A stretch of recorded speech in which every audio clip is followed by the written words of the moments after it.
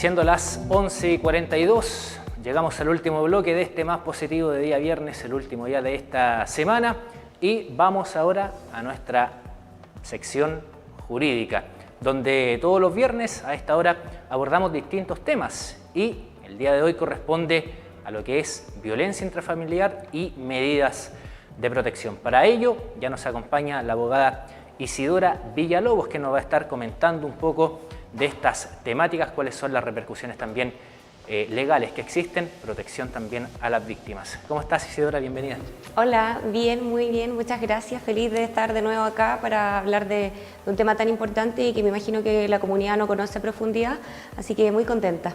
Isidora, vamos a comenzar primero definiendo qué es la violencia intrafamiliar. Es cuando se ejerce, obviamente, dentro de la familia, pero también hasta cierto punto involucra relaciones afectivas, ¿no?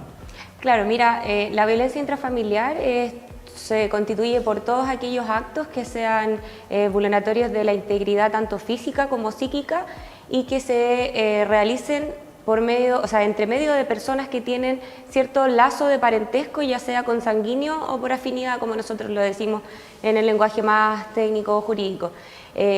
Puede ser ejercido, por ejemplo, entre personas que sean cónyuges, es decir, que sean marido y mujer, o que hayan tenido la calidad de cónyuge, es decir, que estén separados o que estén divorciados. También existe violencia intrafamiliar cuando haya un lazo, como les dije anteriormente, de parentesco por consanguinidad, es decir, que tengan sangre en común, como por ejemplo son los hermanos, los tíos, los abuelos, con nietos, o también un parentesco por afinidad, que es decir, cuando no hay un lazo consanguíneo, pero sí hay un lazo de matrimonio que une a ciertos parientes, como por ejemplo cuando se produce la violencia intrafamiliar entre el padrastro con la hija. Si una mujer vive con su pareja bajo el mismo techo y ese padrastro vulnera los derechos de este hijo, que tiene que ser mayor de edad, porque si estamos hablando de una persona menor de edad, correspondería a otro tema como son las medidas de protección que vamos a abordar más adelante. Y la otra circunstancia que se da muy habitualmente, que es, no sé, el 80% de los casos de violencia intrafamiliar que se encuentran judicializados, que son aquellas personas que tengan hijos en común, aun cuando no vivan bajo el mismo techo. O sea, por ejemplo, si un hombre y una mujer tienen hijos en común y se han separado y este hombre o esta mujer ejerce un tipo de violencia, ya sea verbal o física, en contra de su expareja, también se puede denunciar por violencia intrafamiliar. Perfecto. Ahora, todo esto está regulado en una ley, me imagino, y finalmente crea este delito, ¿no?, de maltrato habitual, cuando es constante. Ya lo mencionaste, que no tan solo es físico, sino también psicológico, pueden ser descalificaciones y tanto otro tipo de palabras verbales, ¿no?, que constituyen algún tipo de violencia. ¿Qué es finalmente o en qué viene a beneficiar que exista una ley que regula lo que es violencia, en este caso intrafamiliar? Mira, la ley a que tú te refieres es la ley 20.066 y es una ley que avanzó bastante en esta materia sobre violencia intrafamiliar, ya que, como tú mencionaste anteriormente, se creó el delito de maltrato habitual, que es el ejercicio habitual de la violencia física o psicológica en contra de algún pariente. El factor determinante para que se pueda constituir este delito y se pueda sancionar a alguien por este delito es que sea habitual, o sea, no basta con que haya habido una o dos situaciones de agresiones en contra de alguien para que esta persona sea condenada. Y en definitiva, las innovaciones que tiene la ley 20.066 en esta materia son que se aumentó en 1 grado las penas respecto de este delito en los casos de lesiones, en realidad, porque crea el delito de maltrato habitual y además se aumentó en 1 grado las penas cuando han habido lesiones. O sea, por ejemplo, si una persona maltrata a otra que haya sido su pariente y le causó en realidad lesiones, por ejemplo, no sé, quemaduras, golpes de puño, todas las lesiones físicas, se aumenta en 1 grado esa pena. Por otra parte, otorgó también mayores garantías para las personas que son víctimas de este delito.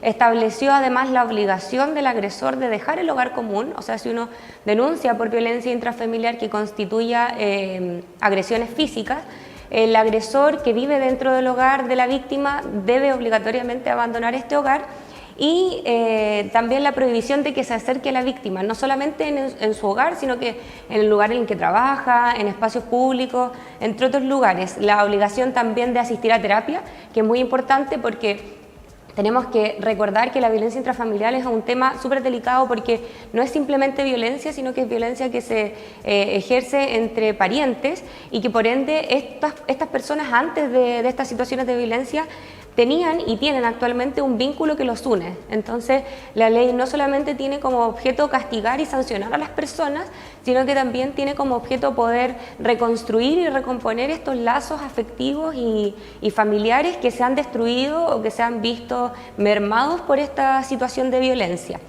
Y un aspecto súper innovador de esta ley es que tienen la facultad los policías, carabineros y policías de investigaciones de incautar toda clase de armas que tenga el victimario, es decir, la persona que ejerce la violencia, aun cuando estas armas se encuentren autorizadas, o sea, que esta persona tenga la autorización para poder tener este porte de armas, aún así las pueden incautar para poder prevenir cualquier situación que atente contra la integridad de las personas.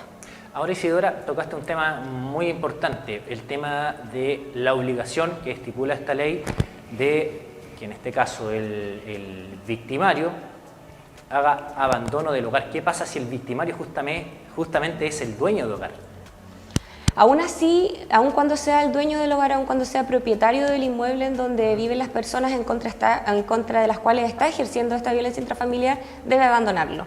Porque ahí existe algo que en derecho se llama la colisión de derechos. O sea, está por una parte el derecho de propiedad de esta persona que es propietaria de este inmueble y por otra parte el derecho de la integridad física, que es un derecho que al igual que el derecho de propiedad se encuentra reconocido en la Constitución Política de la República, pero que cuando encontramos esta situación en donde colisionan estos dos derechos es mucho más importante o prima la integridad de la persona.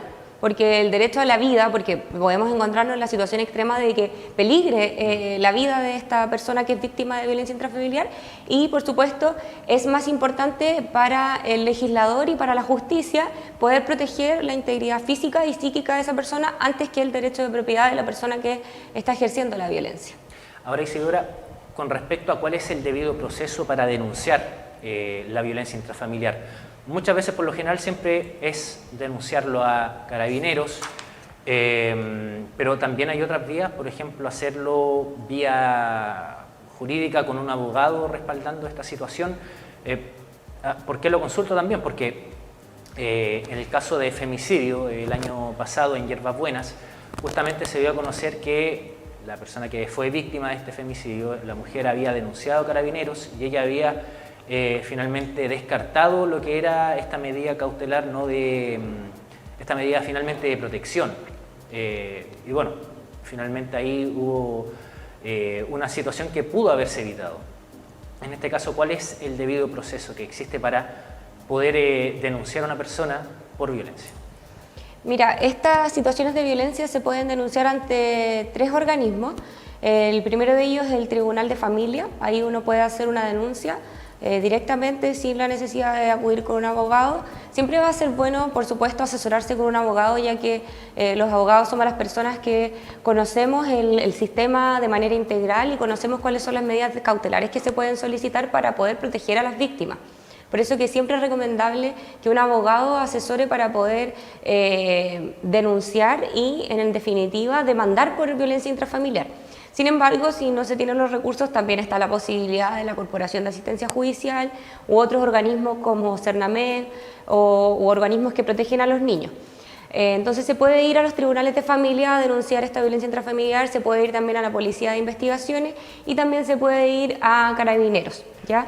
Pero los organismos que están facultados para conocer de estas causas y que llevan adelante estas causas son los tribunales de familia y el Ministerio Público, que también se conoce como la Fiscalía. ¿Por qué los nombro a ellos por separado? Porque los tribunales de familia son los que ven la violencia intrafamiliar, que se constituye más que nada por la violencia psíquica, o sea, cuando se afecta la integridad psíquica de la persona a través de violencia verbal. Sin embargo, cuando han habido lesiones y cuando han habido agresiones físicas, ya no es el Tribunal de Familia quien va a conocer de estos asuntos, sino que va a ser el Ministerio Público, como órgano de persecución penal, va a tener que dirigir esta investigación y esto va a pasar ya al ámbito penal, viéndolo el juzgado de garantía y el tribunal oral en lo penal, si es que esto ya es un asunto un poco más complicado. Ahora, se solicitan muchas veces pruebas de violencia, digamos, no sé, constatación de lesiones, quizás denuncias previas en instituciones como Carabineros, por ejemplo, que una constancia, por ejemplo, ¿también eso cobra importancia dentro de este proceso? Bueno, como en todos los procesos, siempre el proceso gira en torno a la prueba, lógicamente, porque uno puede decir muchas cosas, pero lo importante es poder probar que esas aseveraciones son realmente ciertas. Entonces, lógicamente es importante tener pruebas. Si usted está siendo víctima de violencia intrafamiliar, lo más importante es, lógicamente, tener pruebas de ello. Como constatación de lesiones, si es una violencia física, como testigo, si es una violencia psicológica, si ha sido a través de manera verbal, y eso siempre va a ayudar. Sin embargo, aun cuando no se tengan pruebas, los tribunales, por regla general, ayudan a las víctimas decretando medidas cautelares para poder protegerlas, porque si se hacen estas denuncias, el tribunal lo que hace inmediatamente es ponerse del lado de la víctima, que muchas veces no tiene pruebas para poder acreditar qué es lo que está diciendo. Ahora, hay una situación también que está el temor a denunciar, que pasa en distintos ámbitos, ¿no? En el caso de violencia contra la mujer. ¿Puede una persona externa, que digamos, denunciar la situación, un pariente, un vecino, la violencia intrafamiliar? No sé, si alguien escucha en la casa que está al frente o al lado constantes discusiones, golpes, gritos, ¿lo puede hacer también una persona externa? Sí, lo puede hacer una persona externa, puede denunciarlo una persona que haya sido testigo, que haya presenciado los hechos, y de hecho voy a pasar este dato que muy pocas personas lo conocen, que el número 149 es un fono destinado justamente para poder hacer estas denuncias. Y es un fono que tiene Carabineros de Chile y es el Fono Familia y es un número 149. Así que si alguna persona quiere denunciar algún hecho por el cual está siendo víctima de violencia intrafamiliar o por el cual otra persona que usted conoce está siendo víctima de violencia intrafamiliar, puede hacerlo a través de este número. Perfecto. Ahora, ¿existen registros de personas que hayan sido condenadas por violencia intrafamiliar? Sí, es un registro, no es público, pero sí existe un registro y este registro lo lleva el registro civil. O sea que esto aparecería quizás en lo que es muchas veces antecedentes, finalmente, que muchas veces son solicitados en trabajo, en algunas ocasiones. Exactamente. Cuando uno solicita el certificado de antecedentes, también se debe solicitar el certificado de antecedentes respecto de la violencia intrafamiliar y ahí sí ha sido condenado. O sea, eso es muy importante. No significa que haya sido parte en un proceso y que lo hayan denunciado como victimario, claro, sino que si ha sido condenado en un tribunal de familia o en un juzgado de garantía, va a aparecer entre sus antecedentes, pero no si ha sido parte de un proceso, tiene que haber condena. Perfecto. Y hay una condena muchas veces que es con cárcel, reclusión nocturna y tantas otras cosas. ¿Qué es el delito de maltrato habitual? En este caso, sabemos ya, hablamos de violencia física, psíquica, pero también ahora está contemplado lo que es violencia económica. Claro, esto es una innovación en la ley 20.066, el tema de la violencia económica, porque es súper conocida la violencia física y también es conocida la violencia psíquica o verbal. Pero es una innovación el tema de la violencia económica y es bastante nuevo y es por ello que tampoco se habla mucho de este tema porque todavía no hay mucha jurisprudencia, es decir, no hay muchas resoluciones de los tribunales de justicia que digan cómo se materializa y de qué forma se sanciona esta violencia económica. Sin embargo, la violencia económica dice relación con el hecho de que aquella persona que tiene la obligación de pagar una determinada suma, como por ejemplo la pensión de alimentos, ya sea alimento a los hijos, como también alimento a tu cónyuge, porque a los cónyuges también se les debe alimento, se le podría llegar a condenar a una persona por el incumplimiento, ya que el no cumplir con una pensión de alimentos sí es una violencia, o sea, sí genera violencia, sí genera un maltrato y sí genera consecuencias negativas en la persona que debía recibir este dinero y por ende también se considera como violencia económica. Entonces, este delito de maltrato habitual consiste en el ejercicio habitual y ese es el factor determinante, como te decía anteriormente, que es requisito que sea habitual y no solamente un hecho aislado. Perfecto. Y conversemos un poco de las sanciones que puede recibir una persona por violencia intrafamiliar. Mira, las sanciones cuando ya estamos en sede penal y no en sede familiar, las sanciones van desde 61 días de cárcel a 3 años de cárcel. Eso cuando haya habido violencia física, porque hicimos la separación entre violencia física y violencia psíquica. Cuando es psíquica, eso es competencia del Tribunal de Familia, pero cuando estamos hablando de violencia física, eso ya antecedentes los toma el Ministerio Público, también conocido como Fiscalía, y ellos son los que investigan estos hechos que son constitutivos del delito que hablamos anteriormente. Perfecto. Ahora, cuando una persona es reincidente, digamos, me imagino que ahí está arriesgando mayor cantidad de pena, ¿no? En cuanto a tiempo.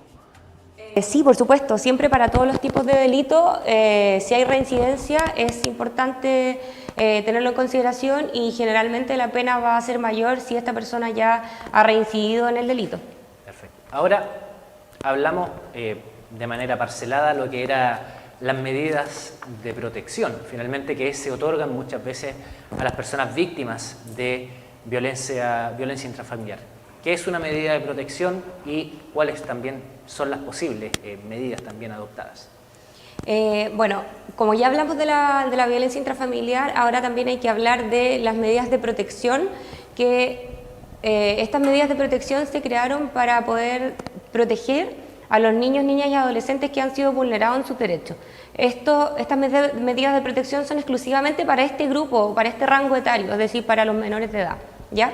Las medidas de protección entonces son todas aquellas medidas que tome un juez de familia, en el ámbito familiar, para proteger los derechos de los niños, niñas y adolescentes que han sido vulnerados. Entonces hay que tener muy clara la diferencia entre las causas por violencia intrafamiliar y las medidas de protección, que son procedimientos totalmente distintos. Perfecto. Ahora, esto también viene a proteger a niños, adolescentes, obviamente la que sea víctima, ¿no?, de violencia intrafamiliar. Pero, por ejemplo, una madre que es violentada, en este caso por un padre padrastro, ¿también los hijos de ella van a tener este tipo de protección? Esa es una súper buena pregunta, porque estas medidas de protección tienen como objeto poder ayudar a aquellos niños que han presenciado violencia, ¿ya? Porque, por ejemplo, ¿qué pasa cuando una madre denuncia la violencia intrafamiliar que le está ejerciendo su marido o su pareja? Se abre una causa por violencia intrafamiliar, pero al mismo tiempo se puede abrir de manera paralela la causa proteccional para poder decretar todas las medidas que tengan por objeto asegurar los derechos de este niño que está siendo vulnerado porque está viendo cómo a la mamá le pegan, cómo a la mamá le insultan, cómo a la mamá la amenazan. Entonces, es importante que se tenga presente estas dos figuras, tanto la violencia intrafamiliar como las medidas de protección, para poder resguardar los derechos de los niños, porque quizás a ese niño no le pegan o no lo insultan, pero ese niño sí es parte de la violencia al presenciar estos actos violentos. Entonces, hay distintas medidas que los jueces pueden tomar para poder proteger a estos niños, y una de ellas es, por ejemplo, la salida del agresor de la casa. Ahora, ya mencionamos que muchas veces son personas externas quienes denuncian y pueden denunciar estos tipos de violencia, ¿no?, terceras personas. ¿Quiénes pueden interponer un requerimiento de este caso de medida de protección? Bueno, este requerimiento lo puede interponer el mismo niño que está siendo víctima de la vulneración de sus derechos, o sea, la víctima. Pueden ser los padres, por ejemplo, el papá que vea que su exmujer maltrata a su hijo. Pueden ser las personas que tengan a su cargo el cuidado personal de los niños, ya no los padres, sino que hay aquellas personas que tengan el cuidado personal de estos niños y de estos adolescentes. Pueden ser también, por ejemplo, los profesores o los directores del colegio al que asistan los niños. Por ejemplo, si el niño llega con moretones, si al niño lo ven llorar, sufrir, angustiado, distraído, pueden hacer una intervención con un psicólogo para poder ver qué es lo que le está pasando y denunciar y poder pedir que se aperture una medida de protección en favor del niño.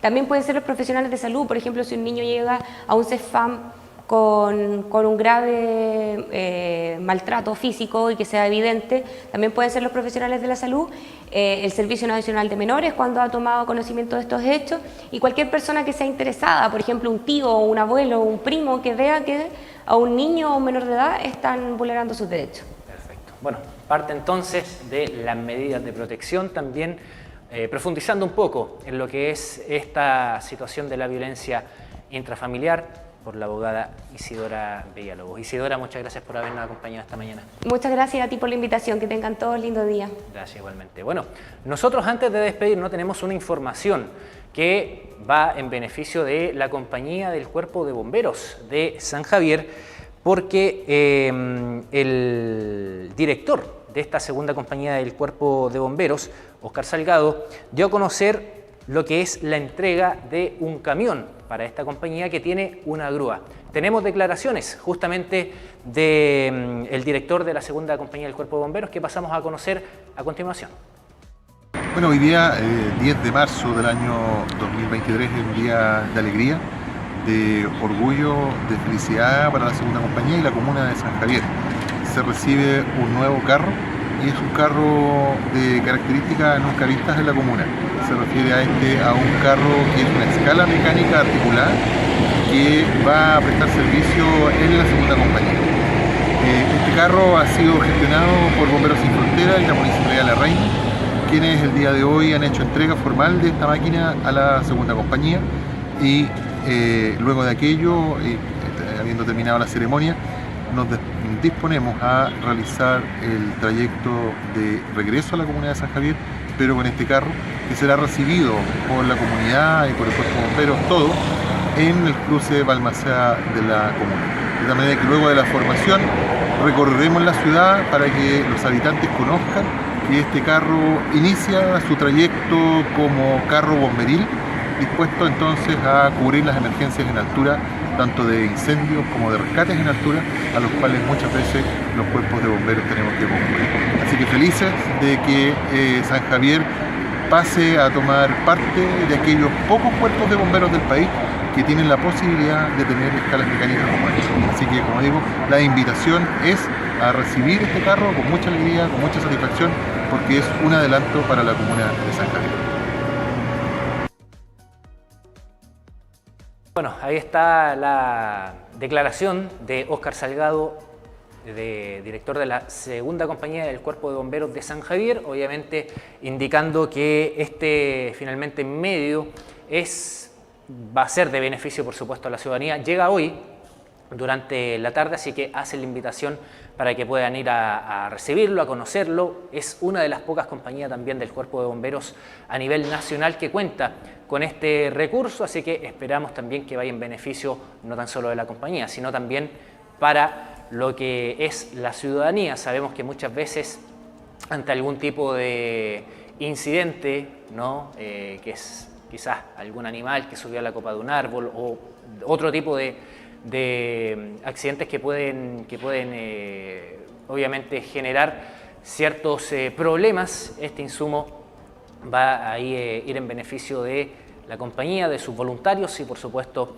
de la compañía en general. Así que felicitaciones por este camión, ¿no? Inédito en lo que es la zona. Y por supuesto la invitación que hacía Óscar relacionado con la entrega que llega durante esta tarde. Siendo ya las 12:06, agradecer la preferencia, la sintonía. Yo aprovecho de despedirme, ya a contar del otro lunes llega Francisca, no sabemos si nos reencontramos con el paso de los días. Yo estaré de vuelta ya la última semana de marzo, Así que ahí nos estaremos viendo quizás. Así que chao, chao, que esté bien. Un gusto.